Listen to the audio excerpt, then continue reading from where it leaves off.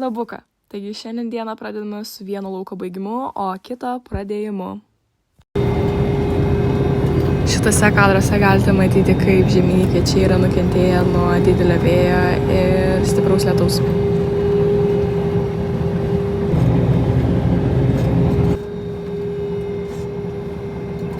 Labai įsipūdė.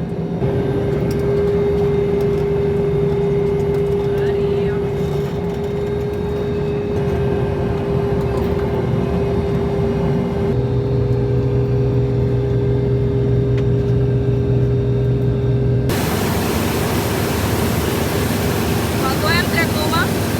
Čia buvo 16, žiūrim kiek dabar.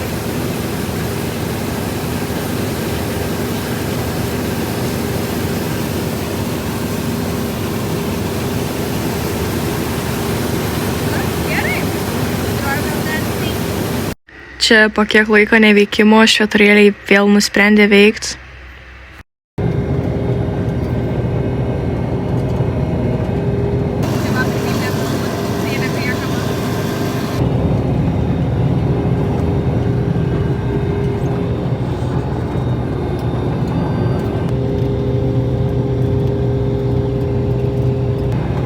Štai mus aplankė ir Benediktas.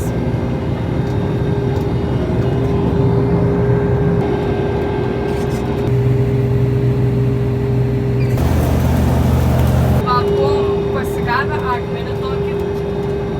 Nelabai gerai. Aplanti miškų.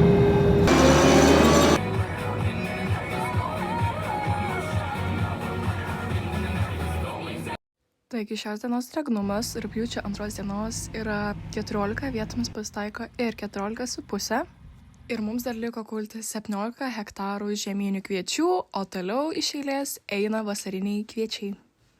Labai ačiū, kad žiūrėjote, laukite ateinančių video.